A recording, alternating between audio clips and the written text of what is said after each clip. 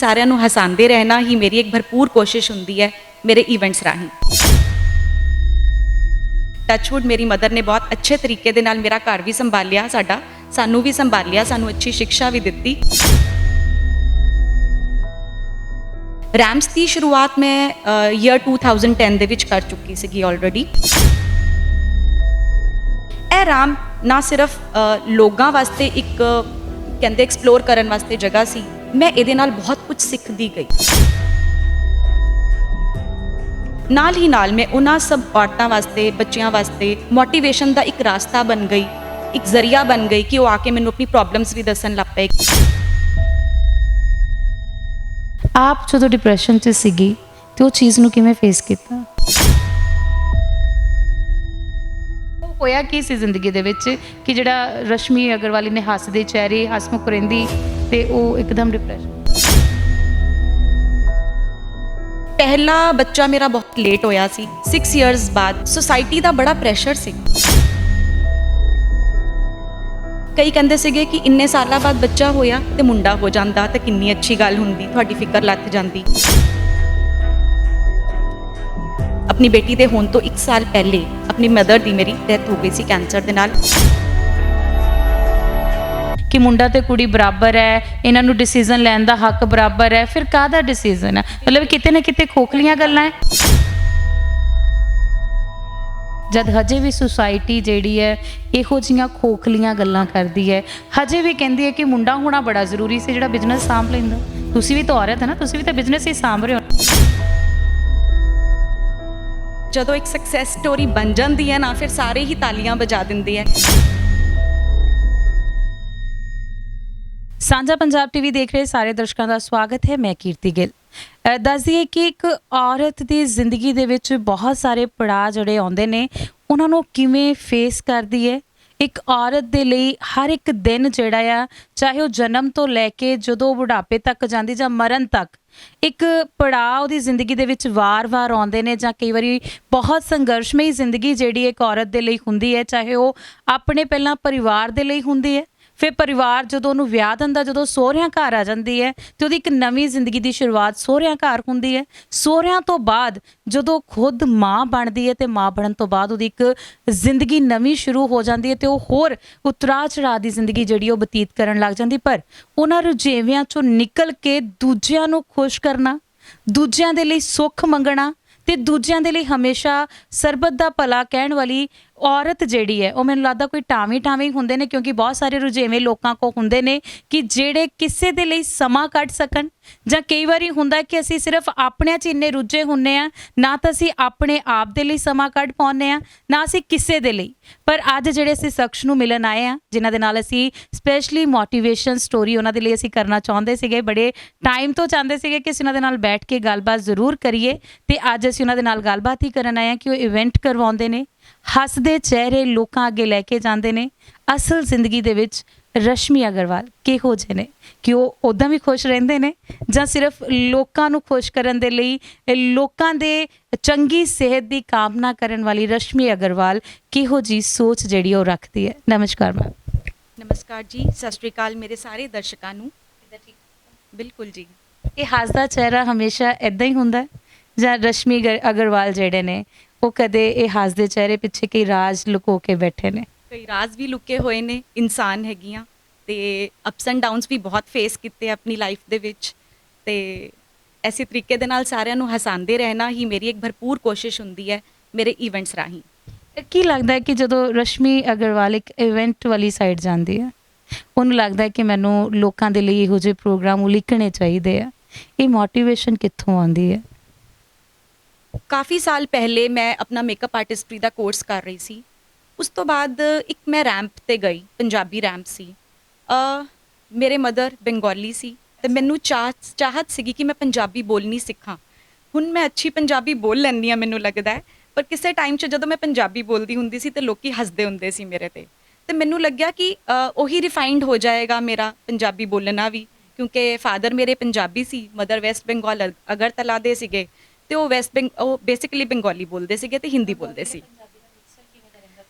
Actually ਸਹੀ ਬੋਲਣਾ ਤੇ ਬਹੁਤ ਹੀ ਪੋਜ਼ਿਟਿਵ ਹਸੀ ਮਜ਼ਾਕ ਦੇ ਵਿੱਚ ਫਾਦਰ ਮੇਰੇ ਮਦਰ ਨੂੰ ਕਦੀ-ਕਦੀ ਤਾਨਾ ਮਾਰ ਦਿੰਦੇ ਸੀਗੇ ਕਿ ਬੰਗਾਲੀਜ਼ ਇੱਦਾਂ ਕਰਦੇ ਇਵੇਂ ਕਰਦੇ ਆ, but it was very good experience. Touchwood ਮੇਰੀ ਮਦਰ ਨੇ ਬਹੁਤ ਅੱਛੇ ਤਰੀਕੇ ਦੇ ਨਾਲ ਮੇਰਾ ਘਰ ਵੀ ਸੰਭਾਲਿਆ, ਸਾਨੂੰ ਵੀ ਸੰਭਾਲਿਆ, ਸਾਨੂੰ ਅੱਛੀ ਸਿੱਖਿਆ ਵੀ ਦਿੱਤੀ, ਔਰ ਮੈਨੂੰ ਲੱਗਿਆ ਕਿ ਮੈਨੂੰ ਉੱਧਰਲੀ ਵੀ ਕਾਫੀ ਚੀਜ਼ਾਂ ਲਰਨ ਕਰਨ ਨੂੰ ਮਿਲੀਆਂ, ਕਿਉਂਕਿ ਬੇਸਿਕਲੀ ਥੋੜੇ ਸਟ੍ਰਿਕਟ ਸੀਗੇ ਤੇ ਆਪਣੇ ਨੋਰਮਸ ਨੂੰ ਲੈ ਕੇ, ਆਪਣੀ ਸੁਸਾਇਟੀ ਨੂੰ ਲੈ ਕੇ ਬਹੁਤ ਪੋਜ਼ਿਟਿਵ ਸੀਗੇ। ਉਹਨਾਂ ਨੇ ਉਸ ਤਰੀਕੇ ਨਾਲ ਸਾਡੀ ਪਰਵਰਿਸ਼ ਕੀਤੀ। ਤੁਹਾਨੂੰ ਕੌਣ ਪੋਜ਼ਿਟਿਵ ਕਰਨ ਵਾਲਾ ਹੈ ਕਿ ਨਹੀਂ ਮੈਨੂੰ ਇਵੈਂਟ ਵਾਲੀ ਸਾਈਡ ਜਾਣਾ ਚਾਹੀਦਾ, ਉਹ ਵੀ ਆਫਟਰ ਮੈਰਿਜ? ਸੱਚੀ ਗੱਲ ਦੱਸਾਂ, ਮੈਨੂੰ ਮੋਟੀਵੇਸ਼ਨ ਮਿਲੀ ਜਦੋਂ ਮੈਂ ਪੰਜਾਬੀ ਰੈਂਪ 'ਚ ਮੈਂ ਗੱਲ ਕਰ ਰਹੀ ਸੀਗੀ। ਪੰਜਾਬੀ ਰੈਂਪ 'ਚ ਮੈਂ ਗਈ ਜਦੋਂ, ਤੇ ਉੱਥੇ ਇੱਕ ਲੇਡੀ ਸੀਗੀ, ਡਿਊ ਟੂ ਸਰਟਨ ਰੀਜ਼ਨ ਸਾਡੀ ਨਾ ਇੱਕ ਗਰੂਮਿੰਗ ਸੈਸ਼ਨ ਹੁੰਦਾ ਹੈ, ਉਹ ਥੋੜਾ ਜਿਹਾ ਰੋਏ ਕਿ ਮੇਰੇ ਹਸਬੈਂਡ ਨੇ ਮੈਨੂੰ ਇੰਨਾ ਸਪੋਰਟ ਨਹੀਂ ਕੀਤਾ, ਮੈਂ ਬੱਚਿਆਂ ਦੇ ਕਾਰਨ ਆਪਣੇ ਇੱਥੇ ਆਈ ਹਾਂ ਤੇ ਮੇਰੇ ਹਸਬੈਂਡ ਮੈਨੂੰ ਸਬਜ਼ੀ ਵੀ ਨਹੀਂ ਲੈਣ ਦਿੰਦੇ। ਸੋ ਵੀ ਵਰ ਸ਼ੌਕਡ ਕਿ ਅੱਛਾ, ਮੈਨੂੰ ਲੱਗਦਾ ਸੀਗਾ ਸਾਡਾ ਮੁਕਾਬਲਾ ਹੈ ਇਹਨਾਂ ਔਰਤਾਂ ਦੇ ਨਾਲ। ਦੈਟ ਵਾਜ਼ ਅ ਟਾਈਮ ਮੈਨੂੰ ਲੱਗਾ ਕਿ ਸਾਡਾ ਮੁਕਾਬਲਾ ਇਹ ਔਰਤਾਂ ਦੇ ਨਾਲ ਨਹੀਂ ਹੈ, ਸਾਡਾ ਮੁਕਾਬਲਾ ਜਿਸ ਸੁਸਾਇਟੀ ਦੇ ਨਾਲ ਹੈ, ਉੱਥੋਂ ਤੋਂ ਆਪਾਂ ਸਾਰੀਆਂ ਜਿੱਤ ਕੇ ਆ ਗਈਆਂ, ਹੈ ਨਾ। ਤੇ ਮੈਨੂੰ ਅੰਦਰੋਂ ਮੋਟੀਵੇਸ਼ਨ ਮਿਲੀ ਕਿ ਮੈਂ ਵੀ ਇੱਦਾਂ ਹੀ ਰੈਂਪਸ ਕਰੂੰਗੀ। ਰੈਂਪਸ ਦੀ ਸ਼ੁਰੂਆਤ ਮੈਂ ਈਅਰ 2010 ਦੇ ਵਿੱਚ ਕਰ ਚੁੱਕੀ ਸੀਗੀ ਆਲਰੇਡੀ। ਬੇਬੀ ਸ਼ੋਅ ਸੀਗਾ, ਚਾਈਲਡ ਬੇਬੀ ਜਿਹੜਾ ਫੈਂਸੀ ਡਰੈਸ ਕੰਪੀਟੀਸ਼ਨ ਸੀਗਾ, ਮਦਰਸ ਦੇ ਨਾਲ ਰੈਂਪ ਸੀਗਾ, ਇੱਕ ਬੜਾ ਫੇਮਸ ਮੈਟਰਨਿਟੀ ਹੋਮ ਹੈ ਉਹਨਾਂ ਨੇ ਕਰਵਾਇਆ ਸੀਗਾ। ਈਅਰ 2010 ਚ ਸਾਰਾ ਮੈਂ ਉਹਨਾਂ ਦਾ ਕਰਵਾਇਆ ਸੀਗਾ ਕੋਆਰਡੀਨੇਸ਼ਨ। ਤੋ ਐਕਸਪੀਰੀਅੰਸ ਵੀ ਮੈਨੂੰ ਸੀਗਾ, ਹੌਲੀ ਹੌਲੀ ਮੈਨੂੰ ਹੋਰ ਟੀਮਸ ਵੀ ਮੇਰੇ ਨਾਲ ਜੁੜਦੀਆਂ ਗਈਆਂ, ਮੈਨੂੰ ਹੋਰ ਐਕਸਪੀਰੀਅੰਸ ਵੀ ਨਾਲ ਨਾਲ ਆਉਂਦਾ ਗਿਆ, ਮੈਂ ਸਿੱਖਦੀ ਰਹੀ।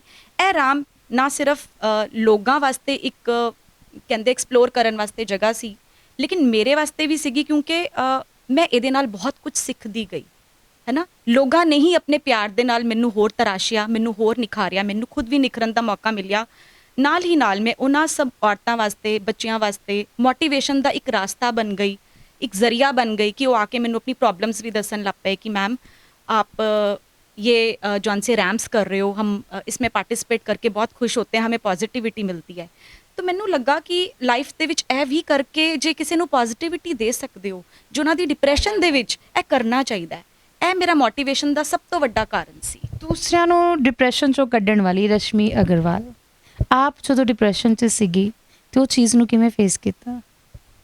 ਇਨ ਵਨ ਵਰਡ, ਤੁਸੀਂ ਤਾਂ ਲੋਕਾਂ ਨੂੰ ਕੱਢ ਹੀ ਦਿੰਦੇ ਹੋ ਨਾ, ਆਪਣੇ ਨਾਲ ਟੀਮ ਜੁੜ ਗਈ, ਤੁਹਾਡੇ ਨਾਲ ਲੋਕ ਜੁੜ ਗਏ, ਤੁਹਾਡੀ ਬੇਟੀ ਬੜੀ ਵੱਡੀ ਮੋਟੀਵੇਸ਼ਨ ਆ, ਪਰ ਤੁਸੀਂ ਕਿਵੇਂ ਮਤਲਬ ਨਿਕਲੇ ਉਸ ਡਿਪਰੈਸ਼ਨ ਤੋਂ? ਉਹ ਹੋਇਆ ਕੀ ਸੀ ਜ਼ਿੰਦਗੀ ਦੇ ਵਿੱਚ ਕਿ ਜਿਹੜਾ ਰਸ਼ਮੀ ਅਗਰਵਾਲ ਨੇ ਹੱਸਦੇ ਚਿਹਰੇ, ਹਸਮੁਖ ਰਹਿੰਦੀ, ਤੇ ਉਹ ਇੱਕਦਮ ਡਿਪਰੈਸ਼ਨ? ਬਹੁਤ ਸਾਲ ਪਹਿਲੇ ਦੀ ਗੱਲ ਹੈ, ਹੁਣ ਤੇ ਮੈਂ ਕਹੂੰਗੀ, ਬਿਕੋਜ਼ ਮੇਰੀ ਹੁਣ ਬੇਟੀ ਵੱਡੀ ਹੋ ਗਈ ਹੈ। ਸੋਸਾਇਟੀ ਦਾ ਬੜਾ ਪ੍ਰੈਸ਼ਰ ਸੀਗਾ। ਪਹਿਲਾ ਬੱਚਾ ਮੇਰਾ ਬਹੁਤ ਲੇਟ ਹੋਇਆ ਸੀ, 6 ਇਅਰਸ ਬਾਅਦ ਮੇਰੀ ਬੇਟੀ ਹੋਈ ਸੀਗੀ ਮੈਨੂੰ। ਤੇ ਡਿਊਰਿੰਗ ਦੈਟ ਟਾਈਮ ਫੇਜ਼ ਮੈਂ ਬੜੀ ਖੁਸ਼ ਸੀ ਕਿ ਮੈਨੂੰ ਬੇਟੀ ਨਿਆਮਤ ਮਿਲੀ ਹੈ। ਮੈਂ ਆਪਣੀ ਬੇਟੀ ਦੇ ਵਿੱਚ ਹੀ ਬੇਟਾ ਦੇਖ ਰਹੀ ਸੀਗੀ, ਤੇ ਸਾਰੀ ਉਮਰ ਮੈਂ ਉਹਦੇ ਵਿੱਚ ਜਦ ਤੱਕ ਉਹ ਗਰੋ ਕਰਦੀ ਰਹੀ, ਮੈਂ ਬੇਟੀ ਦੇ ਵਿੱਚ ਬੇਟਾ ਦੇਖਦੀ ਰਹੀ। ਲੇਕਿਨ ਸੋਸਾਇਟੀ ਨੂੰ ਸ਼ਾਇਦ ਇਹ ਮਨਜ਼ੂਰ ਨਹੀਂ ਸੀਗਾ, ਕਿਉਂਕਿ ਪੀਪਲ ਜਜਮੈਂਟਲ ਹੁੰਦੇ ਨੇ, they are giving judgements very soon, ਤੁਹਾਡੀ ਜ਼ਿੰਦਗੀ ਜਾਣੇ ਬਿਨਾ। ਤੇ ਕਈ ਕਹਿੰਦੇ ਸੀਗੇ ਕਿ ਇੰਨੇ ਸਾਲਾਂ ਬਾਅਦ ਬੱਚਾ ਹੋਇਆ ਤੇ ਮੁੰਡਾ ਹੋ ਜਾਂਦਾ ਤਾਂ ਕਿੰਨੀ ਅੱਛੀ ਗੱਲ ਹੁੰਦੀ, ਤੁਹਾਡੀ ਫਿਕਰ ਲੱਥ ਜਾਂਦੀ। ਜੇ ਮੁੰਡਾ ਹੀ ਹੋ ਜਾਂਦਾ, ਬਿਜ਼ਨਸ ਸੰਭਾਲਣ ਵਾਸਤੇ ਕੋਈ ਆ ਜਾਂਦਾ, ਲਗਾਤਾਰ ਕਿੱਥੇ ਵੀ ਜਾਣਾ ਨਹੀਂ, ਹੁਣ ਤੂੰ ਵਿਹਲੀ ਬੈਠਣਾ। ਤੇ ਮੈਨੂੰ ਤੇ ਇਹਨਾਂ ਚੀਜ਼ਾਂ ਦਾ ਮੀਨਿੰਗ ਵੀ ਨਹੀਂ ਸੀ ਪਤਾ ਕਿ ਇਹਦਾ ਕੀ ਮੀਨਿੰਗ ਹੁੰਦਾ।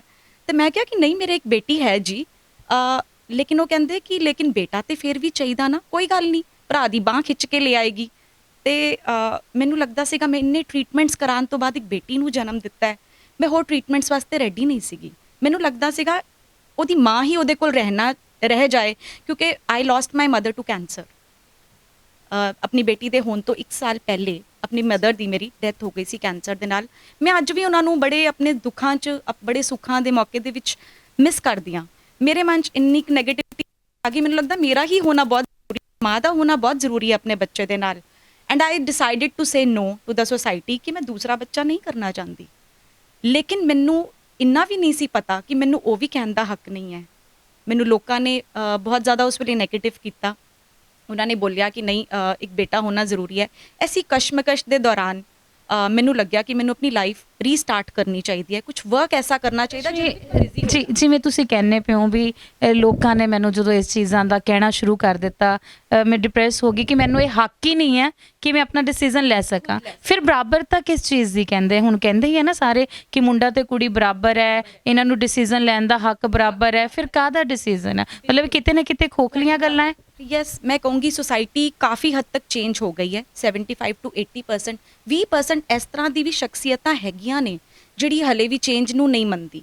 ਜਦੋਂ ਵੂਮਨ ਇੰਪਾਵਰਮੈਂਟ ਦੀ ਗੱਲ ਕਰੋ, ਦੂਸਰੀ ਔਰਤ, ਦੂਸਰੇ ਘਰ ਦੀ ਔਰਤ ਜੇ ਡਾਕਟਰ ਹੋਏਗੀ, ਜੇ ਇੰਜੀਨੀਅਰ ਹੋਏਗੀ ਤਾਂ ਉਹ ਕਹਿਣਗੇ ਅੱਛਾ ਤਾਲੀਆਂ ਬਜਾਓ, ਲੇਕਿਨ ਆਪਣੇ ਘਰ ਦੀ ਔਰਤ ਉਹ ਚੀਜ਼ ਕਰੇਗੀ ਤੇ ਉਹ ਉੱਥੇ ਤਾਲੀਆਂ ਮੈਨੂੰ ਲੱਗਦਾ ਬੜੀ ਮੁਸ਼ਕਿਲ ਨਾਲ ਵੱਜਦੀਆਂ ਨੇ।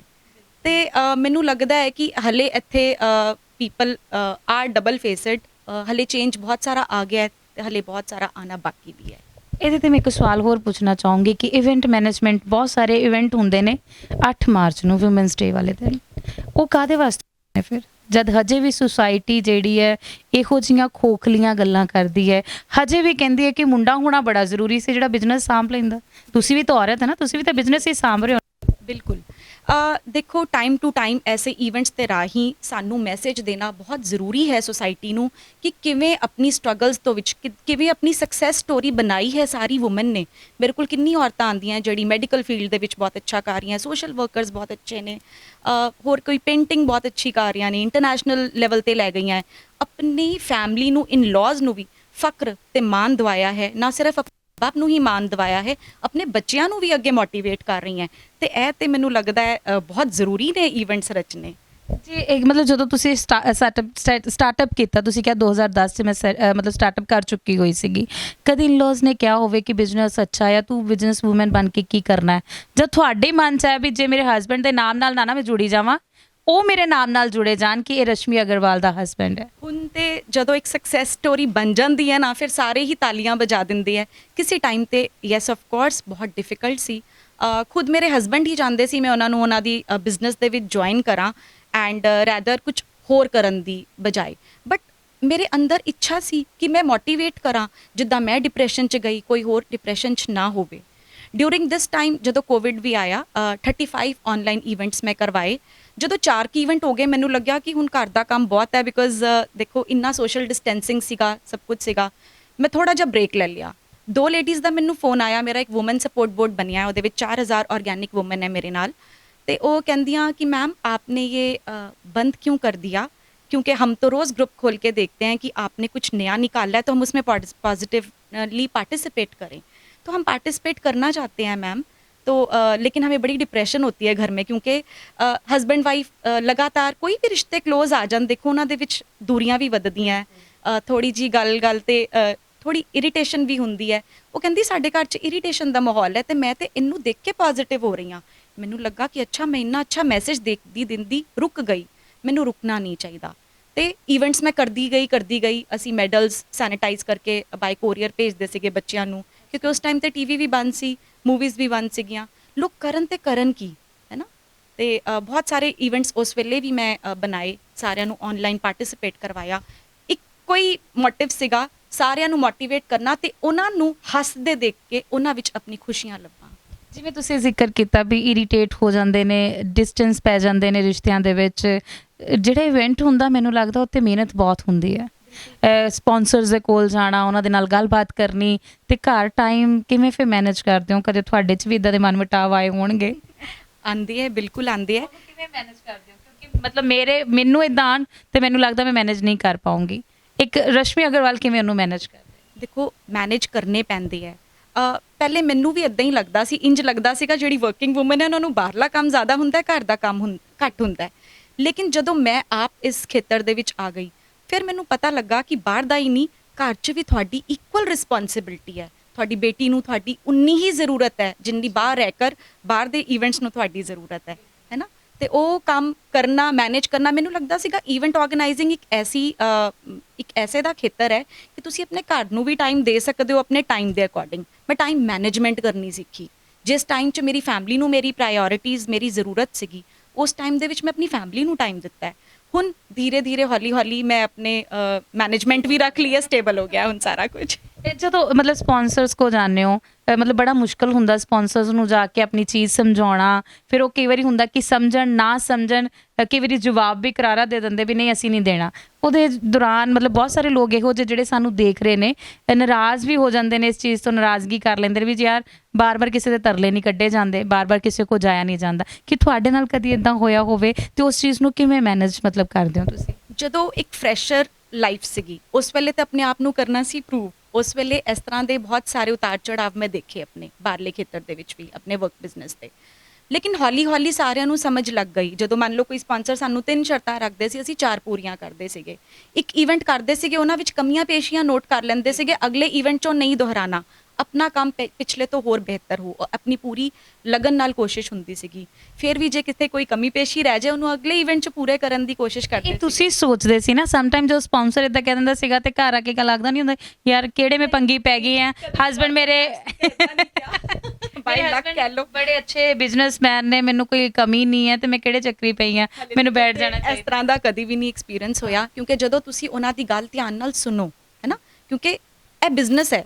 ਜੇ ਅਗਲਾ ਬੰਦਾ ਕੋਈ ਚੀਜ਼ ਤੁਹਾਡੇ ਕੋਲੋਂ ਖਰੀਦ ਰਿਹਾ, ਉਹਨੂੰ ਪੂਰਾ ਰਾਈਟ ਹੈ ਤੁਹਾਡੇ ਕੋਲੋਂ ਉਹ ਚੀਜ਼ਾਂ, ਹੈ ਨਾ, ਉਹ ਬ੍ਰਾਂਡਿੰਗ ਮੰਗਣ ਦਾ, ਉਹ ਐਡਵਰਟਾਈਜ਼ਮੈਂਟ ਮੰਗਣ ਦਾ। ਸਮਟਾਈਮ ਨਾ ਲੋਕਾਂ ਨੂੰ ਮਤਲਬ ਬਹੁਤ ਉਹ ਹੁੰਦਾ ਹੈ, ਵਹਿਮ ਹੁੰਦਾ ਇੱਕ ਕਿ ਜਿਹੜੇ ਇਹ ਇਵੈਂਟ ਮੈਨੇਜਮੈਂਟ ਵਾਲੇ ਹੁੰਦੇ ਨੇ, ਇਹਨਾਂ ਦੇ ਘਰਾਂ ਦੇ ਵਿੱਚ ਇਹਨਾਂ ਦੇ ਕੰਮ ਕਰਨ ਵਾਲੇ ਹੁੰਦੇ ਆ, ਇਹਨਾਂ ਨੇ ਕਿਹੜਾ ਖਾਣਾ ਖੂਣਾ ਬਣਾਉਣਾ ਹੁੰਦਾ, ਸਿਰਫ ਇਹ ਸੱਜ ਸਵਰ ਕੇ ਆਪ ਆ ਜਾਂਦੇ ਨੇ, ਇਹਨਾਂ ਨੂੰ ਕੋਈ ਫਿਕਰ ਨਹੀਂ ਹੁੰਦਾ। ਇਹ ਕਿੰਨਾ ਕੁ ਸੱਚ ਹੈ ਕਿ ਵਾਕਈ ਜਿਹੜੇ ਇਵੈਂਟ ਮੈਨੇਜਮੈਂਟ ਵਾਲੇ ਹੁੰਦੇ ਨੇ ਜਾਂ ਜਿਹੜੇ ਇਹੋ ਜਿਹਾ ਵਰਕ ਕਰਦੇ ਨੇ ਵੀ ਉਹਨਾਂ ਦੀਆਂ ਰਿਸਪੌਂਸਿਬਿਲਟੀਆਂ ਬਾਕੀਆਂ ਨਾਲੋਂ ਕਈਆਂ ਨੂੰ ਲੱਗਦਾ ਕਿ ਵੱਖਰੀਆਂ ਹੁੰਦੀਆਂ ਨੇ, ਕਿ ਇੱਦਾਂ ਦਾ ਕੁਝ ਹੈ? ਨਹੀਂ, ਮੇਰੇ ਹਿਸਾਬ ਨਾਲ ਤੇ ਨਹੀਂ ਹੈ, ਕਿਉਂਕਿ ਦੇਖੋ ਔਰਤ ਤੇ ਔਰਤ ਹੀ ਹੈ, ਉਹਦੀ ਹਰ ਪਾਸੇ ਡਿਊਟੀ ਜਿਹੜੀ ਹੈ ਉਹ ਉੱਥੇ ਹੀ ਖੜੀ ਹੈ। ਜਿਹਨੂੰ ਉਹਨੇ ਕੰਮ ਕਰਨਾ ਹੈ ਉਹਨੇ ਹੀ ਕਰਨਾ ਹੈ ਨਾ। ਡੈਫੀਨਿਟਲੀ ਤੁਸੀਂ ਹੈਲਪ ਲੈ ਸਕਦੇ ਹੋ, ਹੈਲਪ ਮੈਂ ਵੀ ਲੈਂਦੀ ਹਾਂ, ਲੇਕਿਨ ਕੰਮ ਤੁਸੀਂ ਆਪਣੀ ਹੀ ਦੇਖ ਰੇਖ 'ਚ ਡੈਫੀਨੇਟਲੀ ਬਿਲਕੁਲ ਸਾਰਾ ਕੁਝ ਕਰਨਾ ਪੈਂਦਾ ਹੈ। ਤੇ ਆਪਣੇ ਆਪ ਨੂੰ ਕਿੰਨਾ ਕੁ ਸਮਾਂ ਦਿੰਦੇ ਹੋ, ਕਿਉਂਕਿ ਦੂਜਿਆਂ ਨੂੰ ਹਸਾਉਣਾ ਬੜਾ ਮੁਸ਼ਕਲ ਹੁੰਦਾ ਹੈ ਤੇ ਦੂਸਰਿਆਂ ਦੀ ਖੁਸ਼ੀ ਨੂੰ ਧਿਆਨ ਵਿੱਚ ਰੱਖਣਾ ਬੜਾ ਮੁਸ਼ਕਲ ਹੁੰਦਾ ਹੈ, ਤੇ ਆਪਣੇ ਆਪ ਨੂੰ ਉਹਦੇ 'ਚੋਂ ਕਿੰਨਾ ਕੁ ਸਮਾਂ ਦੇ ਲੈਂਦੇ ਹੋ ਵੀ ਮੈਂ ਆਪਣੇ ਆਪ ਨੂੰ ਵੀ ਖੁਸ਼ ਰੱਖਣਾ ਹੈ?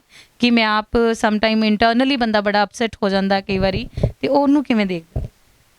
ਦੇਖੋ, ਇਹਦੇ ਵਿੱਚ ਵੀ ਮੋਟੀਵੇਸ਼ਨ ਮੈਂ ਕਹੂੰਗੀ ਸਮਾਜ ਹੀ ਬੰਦਾ ਹੈ। ਜਦੋਂ ਇੱਕ ਮੈਂ ਇਵੈਂਟ ਕਰਦੀ ਹਾਂ, ਉਹਦੇ ਵਿੱਚੋਂ ਕਿੰਨੀ ਪੋਜ਼ਿਟਿਵਿਟੀ ਮੈਨੂੰ ਮਿਲਦੀ ਹੈ। ਹੁਣ ਪਿੱਛੇ ਮੈਂ ਇੱਕ ਆਪਣਾ ਕਰਵਾ ਚੌਥ ਦਾ ਇਵੈਂਟ ਕੀਤਾ ਸੀਗਾ, ਇੰਨੇ ਵੌਇਸ ਮੈਸੇजेस ਆਏ, ਥੋੜਾ ਜਿਹਾ ਮੈਨੂੰ ਲੱਗਿਆ ਕਿ ਅਸੀਂ ਬਹੁਤ ਥੱਕ ਗਏ ਸੀਗੇ, ਸ਼ਾਇਦ ਉਸ ਲੈਵਲ ਦੇ ਨਾਲ ਅਸੀਂ ਜਿੱਦਾਂ ਸਟਾਰਟ ਕੀਤਾ ਪਤਾ ਨਹੀਂ ਐਂਡ ਕਰ ਪਾਏ ਕਿ ਨਹੀਂ, ਖੁਦ ਨੂੰ ਵੀ ਲੱਗਦਾ ਹੈ ਉਸ ਵੇਲੇ।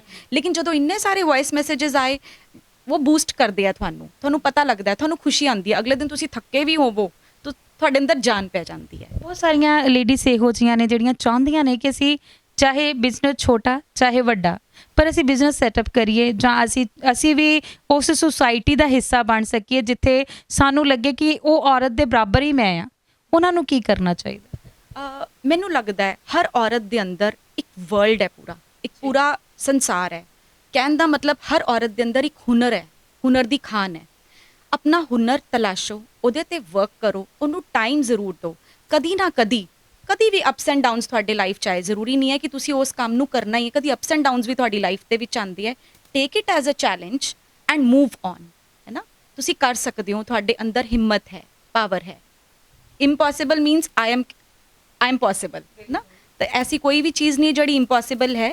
ਬਾਕੀ ਜਿਹੜੀ ਆਪਣੇ ਪੈਰਾਂ ਤੇ ਸਟੈਂਡ ਵੀ ਹੋਣਾ ਚਾਹੁੰਦੀਆਂ, ਕਈ ਲੇਡੀਜ਼ ਮੇਰੇ ਕੋਲ ਆਉਂਦੀਆਂ ਸੀ, ਟਾਈ ਅਪਸ ਵੀ ਕਰਵਾ ਦਈਦੇ ਕਈਆਂ ਦੇ ਨਾਲ, है ना, उन्होंने सपोर्ट भी कर दी दी है। एक बारी मैनू डिफरेंट सिटी तो कॉल आया, मैम वुमन सपोर्ट बोर्ड ही चलाते हो या वुमन को सपोर्ट भी करते हो? तो मैनू लगा कि बड़ा अच्छा सवाल है, मैनू अंदरों मोटिवेशन मिली, मैनू करना चाहिए कुछ इन्हां वास्ते भी। उन्होंने उन्हों का किसी दे नाल मैं टाई अप कराया, now she is very happy, she is doing her own work, और जदों भी मिलती है बड़ी ब्लैसिंग्स दिंदी है, और मैनू लगता है कि इस तो वधिया कमाई कोई हो ही नहीं सकती। ਜਦੋਂ ਅਸੀਂ ਮਤਲਬ ਜ਼ਿਕਰ ਕਰਦੇ ਹਾਂ ਵੀ ਹਮੇਸ਼ਾ ਡੋਮੀਨੇਟ ਜੇ ਕਰਦੀ ਹੈ ਤੇ ਔਰਤ ਹੀ ਔਰਤ ਨੂੰ ਕਰਦੀ ਹੈ, ਇੱਕ ਕਹਾਵਤ ਵੀ ਹੈ ਜਨਾਨੀ ਜਨਾਨੀ ਦੀ ਵੈਰਨ, ਇਹ ਕਿੰਨੀ ਕੁ ਸੱਚ ਹੈ? ਜਦੋਂ ਅਸੀਂ ਬਾਹਰ ਤੁਹਾਡੇ ਇਵੈਂਟ ਮੈਨੇਜਮੈਂਟ ਦੇ ਵਿੱਚ ਮੈਨੂੰ ਲੱਗਦਾ ਤਾਂ ਬਹੁਤ ਹੁੰਦਾ। ਦੇਖੋ, ਇਹਨੂੰ ਪੋਜ਼ਿਟਿਵਲੀ ਵੀ ਲਓ ਔਰ ਨੈਗੇਟਿਵਲੀ ਵੀ ਲੈ ਸਕਦੇ ਹਾਂ, ਹੈ ਨਾ। ਡਿਪੈਂਡਸ ਅਸੀਂ ਕੀ ਸੋਚ ਰਹੇ ਹਾਂ। ਮੈਂ ਬਹੁਤ ਪੋਜ਼ਿਟਿਵਲੀ ਲੈਂਦੀ ਹਾਂ। ਮੰਨ ਲਓ ਜੇ ਤੁਹਾਨੂੰ ਕੋਈ ਚੈਲੰਜ ਕਰਦਾ ਹੈ ਨਾ, ਜਾਂ ਡੋਮੀਨੇਟ ਕਰਦਾ ਹੈ, ਤਾਂ ਤੁਹਾਡੇ ਵਾਸਤੇ ਇੱਕ ਪਲੇਟਫਾਰਮ ਹੈ ਆਪਣੇ ਆਪ ਨੂੰ ਪ੍ਰੂਵ ਕਰਨ ਵਾਸਤੇ। ਤੁਸੀਂ ਪ੍ਰੂਵ ਕਰ ਸਕਦੇ ਹੋ ਆਪਣੇ ਆਪ ਨੂੰ ਕਿ ਇਹ ਚੀਜ਼ ਸੱਚ ਨਹੀਂ ਹੈ, rather action speaks more than words.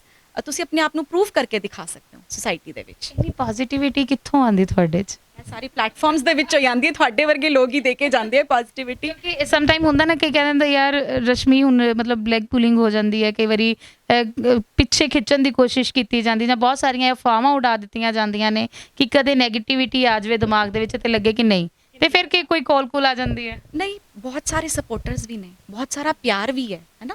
Positive भी है, नेगेटिव भी है, हैंड इन हैंड सब कुछ चलना है।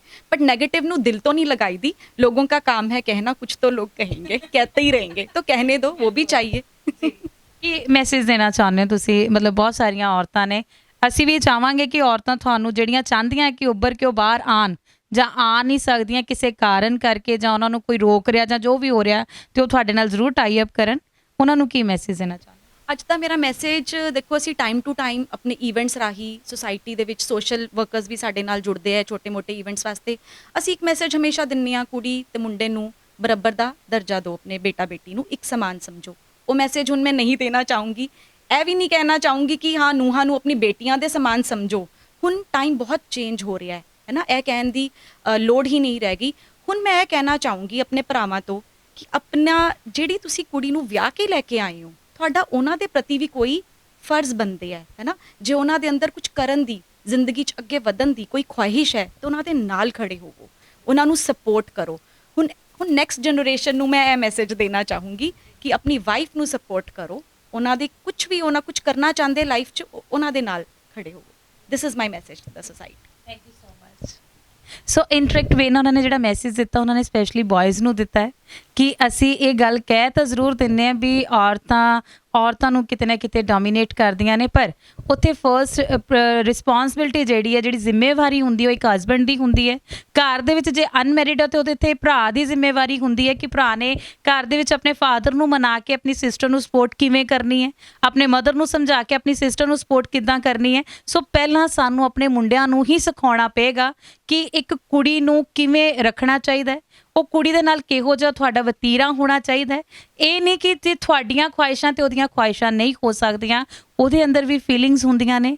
ਕੁੜੀ ਵੀ ਚਾਹੁੰਦੀ ਹੈ ਅੰਬਰਾਂ ਦੇ ਵਿੱਚ ਉਡਾਰੀ ਭਰਨੀ, ਕੱਲਾ ਮੁੰਡਾ ਹੀ ਨਹੀਂ ਚਾਹੁੰਦਾ, ਕੱਲਾ ਮੁੰਡਾ ਹੀ ਬਿਜ਼ਨਸਮੈਨ ਨਹੀਂ ਬਣ ਸਕਦਾ, ਬਿਜ਼ਨਸ ਵੂਮਨ ਜਿਹੜੀ ਹੈ ਉਹ ਇੱਕ ਔਰਤ ਵੀ ਬਣ ਸਕਦੀ ਹੈ। ਸੋ ਉਹ ਰਸ਼ਮੀ ਅਗਰਵਾਲ ਹੋਰਾਂ ਦੇ ਨਾਲ ਅਸੀਂ ਥੋੜ੍ਹੇ ਸਮੇਂ 'ਚ ਉਹਨਾਂ ਬਾਰੇ ਜਾਣਨ ਦੀ ਬਹੁਤ ਕੋਸ਼ਿਸ਼ ਕੀਤੀ ਹੈ, ਅਤੇ ਹੋਪਫੁਲੀ ਅਸੀਂ ਉਹਨਾਂ ਬਾਰੇ ਜਾਣ ਵੀ ਸਕੇ ਹਾਂ ਕਿ ਇੱਕ ਹੱਸਦੇ ਚਿਹਰੇ ਦੇ ਪਿੱਛੇ ਕਿੰਨੀ ਪੋਜ਼ੀਟਿਵਿਟੀ ਜਿਹੜੀ ਹੈ ਉਹਨਾਂ ਦੀ ਬੇਟੀ ਵੱਲੋਂ ਉਹਨਾਂ ਨੂੰ ਮਿਲੀ ਹੋਈ ਹੈ, ਅਤੇ ਬੇਟੀ ਦੇ ਵਿੱਚ ਇੱਕ ਬੇਟੇ ਨੂੰ ਲੱਭਣਾ ਸੋ ਬੜੀ ਇੱਕ ਵੱਡੀ ਗੱਲ ਹੁੰਦੀ ਹੈ। ਸੋ ਹੋਪਫੁਲੀ ਇਸ ਇੰਟਰਵਿਊ ਤੋਂ ਬਾਅਦ ਤੁਸੀਂ ਵੀ ਸਾਰੇ ਇਹ ਜਿਹੜਾ ਫਰਕ ਹੈ, ਜਿਹੜਾ ਇਹ ਵਤੀਰਾ ਹੈ, ਉਹ ਰੱਖਣਾ ਬੰਦ ਕਰ ਦੋਗੇ, ਕਿਉਂਕਿ ਅਸੀਂ ਬੇਸ਼ੱਕ 21ਵੀਂ ਸਦੀ ਦੇ ਵਿੱਚ ਜੀ ਰਹੇ ਹਾਂ, ਜਾਂ ਸਾਨੂੰ ਲੱਗਦਾ ਅਸੀਂ ਬਹੁਤ ਐਡਵਾਂਸ ਹੋ ਗਏ ਹਾਂ, ਪਰ ਅਸੀਂ ਮਾਨਸਿਕ ਤੌਰ 'ਤੇ ਹਜੇ ਐਡਵਾਂਸ ਨਹੀਂ ਹੋਏ। ਸੋ ਅਸੀਂ ਸਾਰੇ ਰਲ ਮਿਲ ਕੇ ਕੋਸ਼ਿਸ਼ ਕਰਾਂਗੇ ਕਿ ਅਸੀਂ ਐਡਵਾਂਸ ਜਿਹੜੇ ਆ ਉਹ ਦੂਸਰੇ ਢੰਗ ਦੇ ਨਾਲ ਜ਼ਰੂਰ ਹੋਈਏ, ਤਾਂ ਕਿ ਔਰਤ ਨੂੰ ਔਰਤ ਦਾ ਹੱਕ ਜਿਹੜਾ ਹੈ ਤੇ ਔਰਤ ਨੂੰ ਔਰਤ ਸਮਝ ਸਕੀਏ। ਸੋ ਇਸੇ ਦੇ ਨਾਲ ਮੈਨੂੰ ਕੀਰਤੀ ਤੇ ਕੈਮਰਾਮੈਨ ਰਵੀ ਗਿੱਲ ਨੂੰ ਦਿਓ ਇਜਾਜ਼ਤ। ਧੰਨਵਾਦ। ਕੀ ਤੁਹਾਡੇ ਜੀਵਨ ਵਿੱਚ ਕੋਈ ਸਮੱਸਿਆ ਹੈ?